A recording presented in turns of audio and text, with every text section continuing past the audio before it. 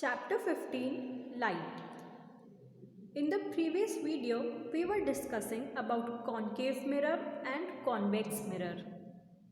हमने ये बोला था कि किसी भी मिरर की इनर सरफेस या इनर साइड जो होती है वो कॉन्केव होती है और किसी भी मिरर की आउटर सरफेस को हम कॉन्वेक्स बोलते हैं।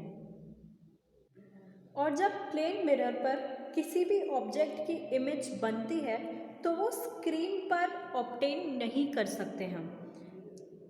इस वीडियो में हम एक्टिविटी 15.6 में ये पढ़ेंगे कि कॉन्केव मिरर के केस में जब किसी ऑब्जेक्ट की इमेज बनती है तो क्या वो किसी स्क्रीन पर रिफ्लेक्ट हो सकती है या नहीं। Activity 15.6 take a concave mirror, hold it facing the sun. Try to get the light reflected by the mirror on a sheet of paper. Adjust the distance of the paper until you get a sharp, bright spot on it. Hold the mirror and the sheet of paper steady for a few minutes. Does the paper start burning? This bright spot is in fact the image of the sun. Notice that this image is formed on a screen. An image formed on a screen is called a real image.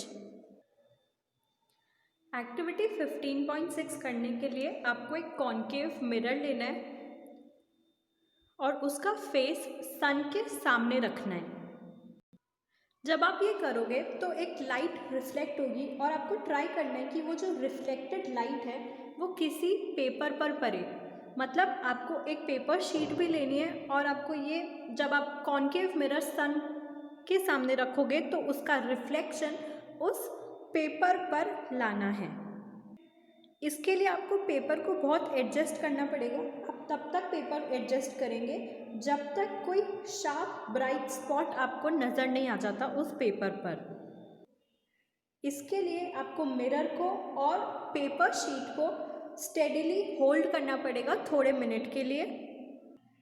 आपको ये सब setup करने के बाद ये observe करना है कि क्या वो पेपर बर्न होने लग गया।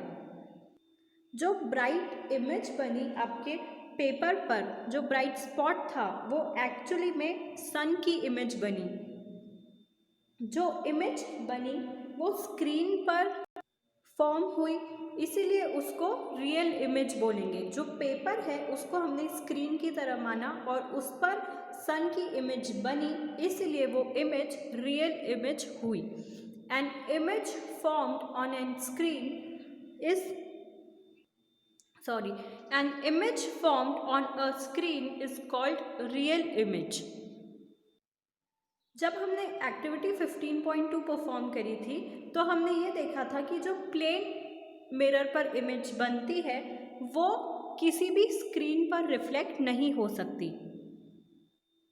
लेकिन इस केस में कॉन्केव मिरर से जो इमेज बनी वो स्क्रीन पर मतलब पेपर पर रिफ्लेक्ट हुई, इसलिए वो रियल इमेज थी। लेकिन प्लेन मिरर पर जो इमेज बनी थी वो स्क्रीन पर रिफ्लेक्ट नहीं हुई थी, इसीलिए उसको हम बोलेंगे virtual image. The image formed on a plane mirror could not be obtained on a screen. जब कोई इमेज प्लेन मिरर पर बनती है तो वो किसी भी स्क्रीन पर रिफ्लेक्ट नहीं होती है। उस इमेज को वर्चुअल इमेज बोलते हैं। रियल इमेज और वर्चुअल इमेज आपको समझ आ गई? Now let us try to obtain on the screen the image of a candle flame formed by a concave mirror. इस एक्टिविटी में जैसे सन की इमेज हमने स्क्रीन पर रिफ्लेक्ट कराई थी कॉन्केव मिरर के थ्रू, वैसे ही अब हम कैंडल फ्लेम की इमेज कैसे रिफ्लेक्ट होती है स्क्रीन पर वो पढ़ेंगे। Activity 15.7 Fix a concave mirror on a stand. Any arrangement to keep the mirror steady would do. And place it on a table.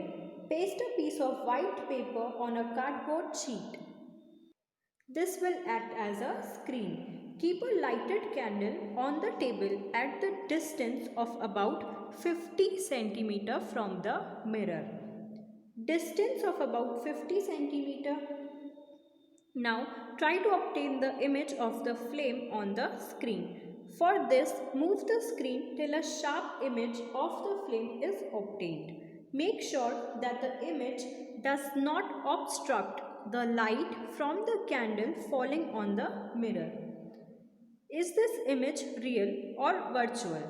Is it of the same size as the flame? Activity 15.7 करने के लिए आपको एक concave mirror चाहिए, एक mirror stand चाहिए जिससे कि वो मिरर आप स्टेडीली प्लेस कर सको, एक कैंडल स्टैंड चाहिए और एक कैंडल चाहिए। इसके अलावा आपको एक कार्डबोर्ड चाहिए होगा, एक वाइट शीट चाहिए जो कि आपके स्क्रीन की तरह काम करेंगे।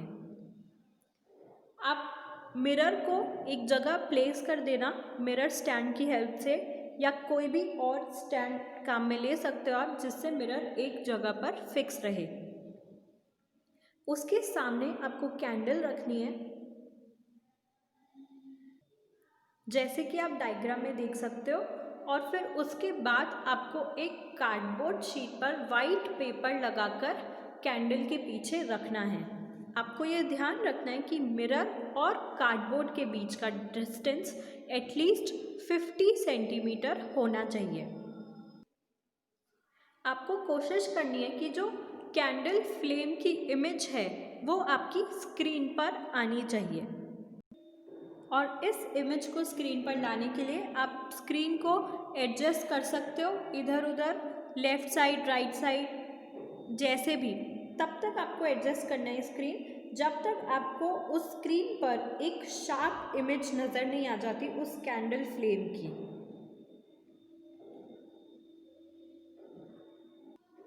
जो इमेज आपकी स्क्रीन पर बनी, आपको ये बताना है कि वो रियल इमेज है या फिर वो वर्चुअल इमेज है, और क्या वो इमेज सेम साइज़ की है।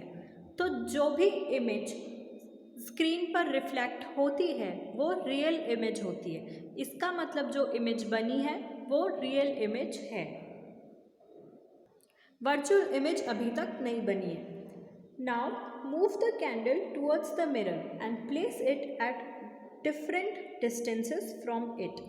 In each case, try to obtain the image on the screen. Record if the observation in table 15.1 is it possible to obtain the image of the screen when the candle is too close to the mirror. अब ये जो candle आपने mirror से इतनी दूर रखी थी उसको आपको मिरर के पास लेके जाना है, और अलग अलग डिस्टेंसेस पर कैसी इमेज फॉर्म होती है स्क्रीन पर वो देखना है। और ये सारे ऑब्जर्वेशंस आपको टेबल 15.1 में लिखने हैं। जो भी इमेज आपकी फॉर्म हुई है,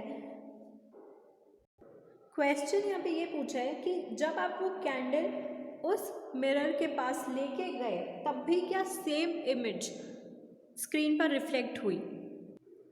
तो इसका आंसर ये होगा कि when we see that the image formed by a concave mirror can be smaller or larger in size than the object, the image may be real or virtual. Concave mirror पर जो image form होती है वो या तो छोटी हो सकती है या साइज में बड़ी हो सकती है, और जो इमेज फॉर्म हुई है उससे वो रियल भी हो सकती है और वर्चुअल भी हो सकती है। Concave mirrors are used for many purposes. Concave mirrors को बहुत सारे कामों के लिए यूज़ में लिया जाता है, जैसे कि डॉक्टर्स जो होते हैं वो कॉन्केव मिरर्स को यूज़ करते हैं अपनी आईज, ईयर्स, नोज़ और थ्रोट को एग्जामिन करने के लिए।